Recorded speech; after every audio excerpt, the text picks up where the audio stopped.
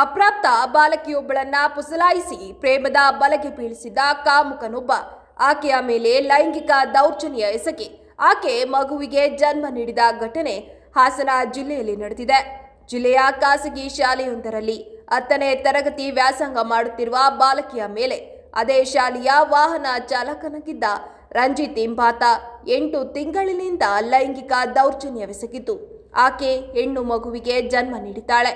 ಇನ್ನು ಬಾಲಕಿ ಮತ್ತು ಮಗುವನ್ನ ಕೆಲ ದಿನಗಳ ಆರೈಕೆ ಬಳಿಕ ಮಹಿಳಾ ಮತ್ತು ಮಕ್ಕಳ ಕಲ್ಯಾಣ ಇಲಾಖೆಯ ಸಾಂತ್ವನ ಕೇಂದ್ರಕ್ಕೆ ಒಪ್ಪಿಸುವುದಾಗಿ ಅಧಿಕಾರಿಗಳು ತಿಳಿಸಿದ್ದು, ಇಂದು ಆಸ್ಪತ್ರೆಗೆ ಕರ್ನಾಟಕ ರಾಜ್ಯ ಮಕ್ಕಳ ಆಯೋಗದ ಅಧ್ಯಕ್ಷರಾದ ಶ್ರೀ ಶಶಿಧರ್ ಎಸ್ ಕೋಸಂಬೆ ಸಂತ್ರಸ್ತೆಯ ಯೋಗಕ್ಷೇಮ ವಿಚಾರಿಸಿ ಮಾಹಿತಿ ಕಲೆಹಾಕಿದರು. ನಂತರ ಮಾಧ್ಯಮದವರೊಂದಿಗೆ ಮಾತನಾಡಿದ ಅವರು, ಜಿಲ್ಲೆಯಲ್ಲಿ ಒಂದು ಅಹಿತಕರ ಘಟನೆ ನಡೆದಿದೆ. ಖಾಸಗಿ ಶಾಲೆಯ ಮಾನ್ಯತೆ ಹಾಗೂ ನವೀಕರಣ ಎಲ್ಲವನ್ನ ಪರಿಶೀಲಿಸಿದ್ದು 2016ರ ಮಕ್ಕಳ ರಕ್ಷಣಾ ನೀತಿ ಅನುಷ್ಠಾನ ಮಾಡದೇ ಇರುವುದು ಕಂಡುಬಂದಿದೆ. ಶಾಲೆಯ ವಾಹನದಲ್ಲಿ ಯಾವುದೇ ಸುರಕ್ಷಿತ ಮಾರ್ಗಸೂಚಿ ಇಲ್ಲದೆ ಇರುವುದು ಕಂಡುಬಂದಿದ್ದು, ಶಾಲೆಯ ಆಡಳಿತ ಮಂಡಳಿಯ ನಿರ್ಲಕ್ಷ್ಯ ಕಂಡುಬಂದಿದೆ.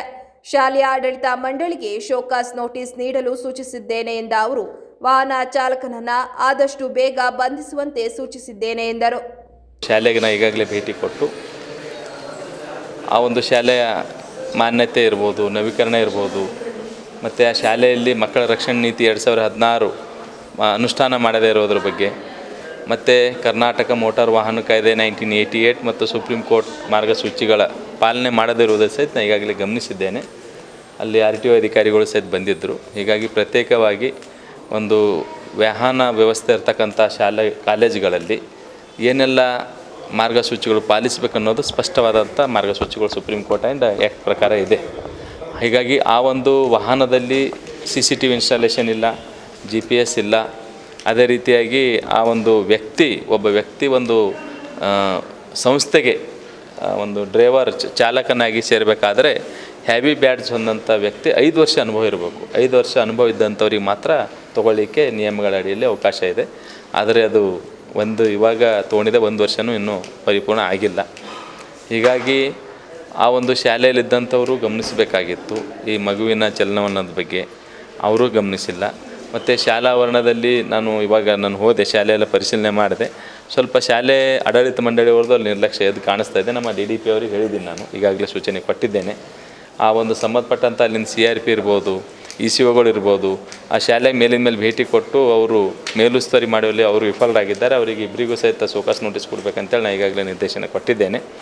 ಅದೇ ರೀತಿಯಾಗಿ ಆ ಶಾಲೆಯ ಪ್ರತಿಯೊಂದು ದಾಖಲಾತಿಗಳನ್ನು ನಾಳೆ ಸಂಜೆ ಒಳಗೆ ವಿಸ್ತೃತವಾದಂಥ ಅವರು ಭೇಟಿ ಕೊಟ್ಟು ವರದಿ ಕೊಡಬೇಕಂತಕ್ಕಂಥ ಸೂಚನೆಯನ್ನು ಕೊಟ್ಟಿದ್ದೇನೆ.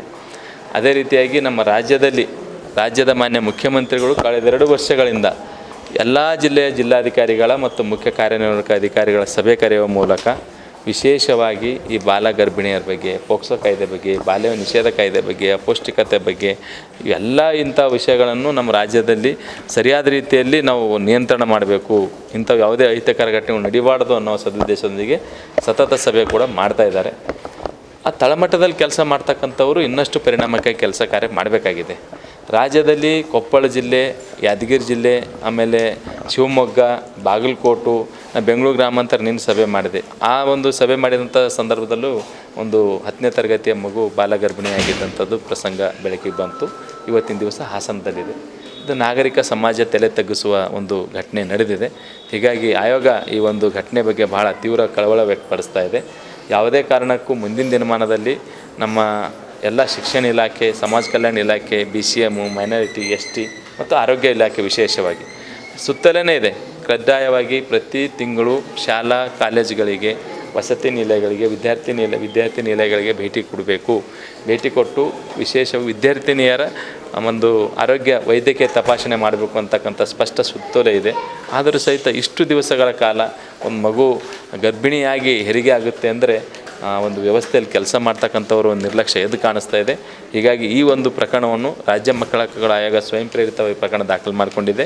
ನಾವು ಅದನ್ನು ವರದಿ ಕೇಳಿದ್ವಿ. ವರದಿ ಬಂದ ತಕ್ಷಣ ಯಾವ ಕಾರಣದಿಂದ ಯಾವ ಇಲಾಖೆಯ ಲೋಪದೋಷಗಳಿಂದ ಈ ಒಂದು ಘಟನೆ ನಡೆದಿದೆ ಅನ್ನೋದ್ರ ಬಗ್ಗೆ ಮಾಹಿತಿ ಕಲೆ ಹಾಕ್ಕೊಂಡು ನಾವು ವಿಚಾರಣೆ ಪಡಿಸಿ ಮುಂದೆ ಸೂಕ್ತ ಕ್ರಮಕ್ಕೆ ಸರ್ಕಾರಕ್ಕೆ ಶಿಫಾರಸು ಮಾಡ್ತೀವಿ. ಇದರಲ್ಲಿ ಕುಟುಂಬದವ್ರದ್ದು ಮತ್ತು ಶಾಲಾ ಆಡಳಿತ ಮಂಡಳಿಯವ್ರದ್ದು ಇಬ್ಬರದ್ದು ಜವಾಬ್ದಾರಿ ಇದೆ. ಇಬ್ಬರು ಎಲ್ಲೋ ಒಂದು ಕಡೆ ಎಡವಿದ್ದಾರೆ. ಆಮೇಲೆ ಅವ್ರು ಗಮನಿಸಬೇಕಾಗಿತ್ತು, ಶಿಕ್ಷಕರು ಇರ್ಬೋದು, ವರ್ಗ ಶಿಕ್ಷಕರು ಇರ್ಬೋದು, ಪಿ ಇ ಟೀಚರ್ ಇರ್ಬೋದು, ನೋಡಬೇಕು ಮಗುವಿನ ಚಲನವಲನ ಬಗ್ಗೆ ಗಮನಿಸಬೇಕು. ಅಂದರೆ ಸೂಕ್ಷ್ಮತೆ ಇರಬೇಕು. ಶಾಲಾ ನಡೆಸ್ತಕ್ಕಂಥವ್ರು, ಶಾಲೆಯಲ್ಲಿ ಕೆಲಸ ಮಾಡ್ತಕ್ಕಂಥವ್ರು, ಶಿಕ್ಷಕರು ಪ್ರತಿಯೊಬ್ಬರು ಸಹಿತ ಪ್ರತಿಯೊಂದು ಇಂಥ ಘಟನೆಗಳು ಮೇಲಿನ ಮೇಲೆ ನಡೀತಾ ಇದ್ದಾಗ ಎಚ್ಚೆತ್ಕೊಂಡು ಮಗುವಿಗೆ ರಕ್ಷಣೆ ಮಾಡಬೇಕಾಗಿತ್ತು.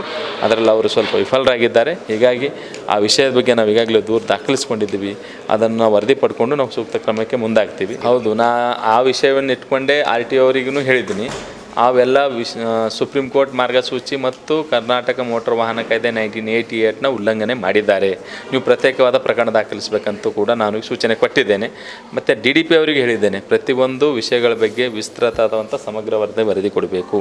ಅವ್ರು ವರದಿ ಯಾವ ರೀತಿ ಕೊಡ್ತಾರೆ, ಅವ್ರು ವರದಿ ಕೊಡ್ತಕ್ಕಂಥ ವರದಿಯನ್ನು ಆಧರಿಸಿ ನಾವು ಸೂಕ್ತ ಕ್ರಮಕ್ಕೆ ಮುಂದಾಗ್ತೀವಿ. ಆಮೇಲೆ ಒಂದು ಚನ್ನರಾಯಪಟ್ಟಣದಲ್ಲಿ ಆಸ್ಪತ್ರೆಯಲ್ಲಿ ಗ್ರಾಸ್ ಲೈಫ್ ಆಸ್ಪತ್ರೆ, ಆ ಆಸ್ಪತ್ರೆಯಲ್ಲಿ ಈ ಒಂದು ಮಗುವಿನ ಹೆರಿಗೆ ಆಗಿದೆ. ಪೋಕ್ಸೋ ಕಾಯ್ದೆ 2012 ಸೆಕ್ಷನ್ 19 ಸಬ್ ಕ್ಲಾಸ್ 1 ಪ್ರಕಾರ ಯಾವುದೇ ಈ ಒಂದು ಮಗು ಈ ಥರ ಮೈನರ್ ಮಗುವಿಗೆ ಗರ್ಭಧಾರಣೆ ಆಗಿದ್ದಿರ್ಬೋದು, ಹೆರಿಗೆ ಆಗಿದ್ದಿರ್ಬೋದು, ಆ ವಿಷಯದ ಬಗ್ಗೆ ಸಂಬಂಧಪಟ್ಟಂಥ ಪೊಲೀಸ್ ಠಾಣೆಗೆ SJPUಗೆ ಅವರು ಮಾಹಿತಿ ಕೊಡಬೇಕು. ಹೀಗಾಗಿ ಅವರು ಮಾಹಿತಿ ಕೊಡುವಲ್ಲಿ ವಿಫಲರಾಗಿದ್ದಾರೆ. ನಮ್ಮ ಮಾನ್ಯ ಇಲ್ಲಿ ಹೆಚ್ಚುವರಿ ನಮ್ಮ ಪೊಲೀಸ್ ವರಿಷ್ಠಾಧಿಕಾರಿಗಳಿದ್ದಾರೆ, ತಮ್ಮ ಮೂಲಕ ಹೇಳಿಕ್ಕೆ ಇಚ್ಛೆಪಡ್ತಾ ಇದ್ದೀನಿ. ಆ ಆಸ್ಪತ್ರೆ ಮೇಲೆ ಅವರ ಯಾರಲ್ಲಿ ವೈದ್ಯರಿದ್ದಾರೆ ಅವ್ರ ಮೇಲೆ ಸೆಕ್ಷನ್ 21 ಪ್ರಕಾರ ಕಾನೂನಿನ ಪ್ರಕಾರ ಕ್ರಮ ತಗೊಳ್ಳಿಕ್ಕೆ ಅವಕಾಶ ಇದೆ. ತಾವು ನಾಳೆ ಸಂಜೆವರೆಗೆ ಆ ಕ್ರಮ ತೊಗೊಂಡು ಆಯೋಗಕ್ಕೆ ವರದಿ ಸಲ್ಲಿಸಬೇಕು. ಅದೇ ರೀತಿ ಆ ಪ್ರಮುಖ ಆರೋಪಿಯನ್ನು ಸಹಿತ ತಾವು ನಾಳೆ ಬಂಧನ ಪ್ರಕ್ರಿಯೆ ಒಳಪಡಿಸಿ ಮತ್ತು ಕಾನೂನಿನ ಕ್ರಮಗಳು ಯಾವ್ಯಾವ ರೀತಿಯೆಲ್ಲ ತೊಗೊಳ್ಬೇಕು ಅನ್ನೋದು ತ್ವರಿತಗತಿಯಲ್ಲಿ ತಾವು ದಯವಿಟ್ಟು ನಾಳೆ ಸಂಜೆವರೆಗೆ ತೊಗೊಂಡು ಆಯೋಗಕ್ಕೆ ವರದಿ ಸಲ್ಲಿಸಬೇಕು. ಎರಡು ವಿಷಯಗಳ ಬಗ್ಗೆ ಅದೇ ಆರೋಪಿನ ಈಗಾಗಲೇ ಚರ್ಚೆ ಮಾಡಿದ್ದೀನಿ, ಇನ್ನೂ ಇಲ್ಲಿವರೆಗೆ ಅರೆಸ್ಟ್ ಮಾಡಿಲ್ಲ. ಹೀಗಾಗಿ ನಾನು ಅಡಿಷನಲ್ SP ಅವರಿಗೆ ಅದೇ ಸೂಚನೆ ಕೊಡ್ತಾ ಇದ್ದೀನಿ. ನಾಳೆ ಸಂಜೆ ಒಳಗೆ ಆರೋಪಿಯನ್ನು ಅರೆಸ್ಟ್ ಮಾಡಬೇಕು ಮತ್ತು ಸಂಬಂಧಪಟ್ಟಂಥ ಆಸ್ಪತ್ರೆಯವರ ಮೇಲೆ ಪೋಕ್ಸೋ ಕಾಯ್ದೆ 2012 ಸೆಕ್ಷನ್ 21 ಪ್ರಕಾರ ಪ್ರಕರಣ ದಾಖಲು ಮಾಡಿ ಆಯೋಗಕ್ಕೆ ವರದಿ ಸಲ್ಲಿಸಬೇಕು. ಹೌದು, ರಾಜ್ಯದಲ್ಲಿ ಈಗ ನಾವೆಲ್ಲ ನೋಡಿದ ಸುಮಾರು 7-8 ಜಿಲ್ಲೆಗಳಲ್ಲಿ ಒಂದು ಮೇಲಿನ ಮೇಲೆ ಈ ಥರ ಪ್ರಕರಣಗಳು ಆಗ್ತಿರುವುದು ಎಲ್ಲೋ ಒಂದು ಕಡೆ ಮಕ್ಕಳ ಹಕ್ಕುಗಳ ಉಲ್ಲಂಘನೆ ಆಗ್ತಾ ಇದೆ.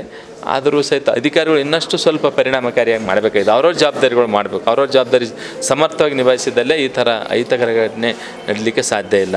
ಕೆಲವೊಬ್ಬರು ಏನು ಅಂದ್ಕೊಂಡಿದ್ದಾರೆ ಅಂದರೆ, ಬೇರೆ ಇಲಾಖೆಯವರು ಮಕ್ಕಳಂದರೆ ಬರೀ ಮಹಿಳಾ ಮತ್ತು ಮಕ್ಕಳ ಅಭಿವೃದ್ಧಿ ಇಲಾಖೆ, DCP ಯೂನಿಟ್ ಇತ್ತೀಚೆಗೆ ಬಂದಿದೆ, ಆಯೋಗ ಅಷ್ಟೇ ಗಮನಿಸ್ತಾ ಇದ್ದಾರೆ. ಅದು ಸರಿಯಲ್ಲ. ನಮ್ಮ ವಿಶ್ವಸಂಸ್ಥೆಗಳ ಮಕ್ಕಳ ಹಕ್ಕುಗಳ ಒಡಂಬಡಿಕೆ ಅನುಸಾರ 1992 ನಮ್ಮ ಭಾರತ ದೇಶ ಸಹಿ ಹಾಕಿ ಪ್ರತಿಯೊಬ್ಬ ಸರ್ಕಾರಿ ನೌಕರನು ಸಹಿತ ಕಾನೂನಾತ್ಮಕ ಪೋಷಕ ಅಂತ ಹೇಳಿದೆ, ದೃಢೀಕೃತ ಮಾಡಿದೆ. ಹೀಗಾಗಿ ಪ್ರತಿಯೊಬ್ಬರು ತಮ್ಮ ವ್ಯಾಪ್ತಿಯಲ್ಲಿರ್ತಕ್ಕಂಥ ಇಲಾಖಾ ಅಧಿಕಾರಿಗಳು ಇದು ನನ್ನ ಜವಾಬ್ದಾರಿ ಅನ್ನೋ ರೀತಿಯಲ್ಲಿ ಮಕ್ಕಳ ರಕ್ಷಣೆ ಮಾಡಲಿಕ್ಕೆ ಮುಂದಾಗಬೇಕು. ಅವ್ರು ಯಾರಾದರೂ ನಿರ್ಲಕ್ಷ್ಯ ತೋರಿದರೆ, ವಿಳಂಬ ನೀತಿ ತೋರಿದರೆ ಆಯೋಗ ಸಹಿಸಲ್ಲ. ಅವ್ರ ಮೇಲೆ ಸೂಕ್ತ ಕ್ರಮಕ್ಕೆ ಆಯೋಗ ಮುಂದಾಗುತ್ತೆ.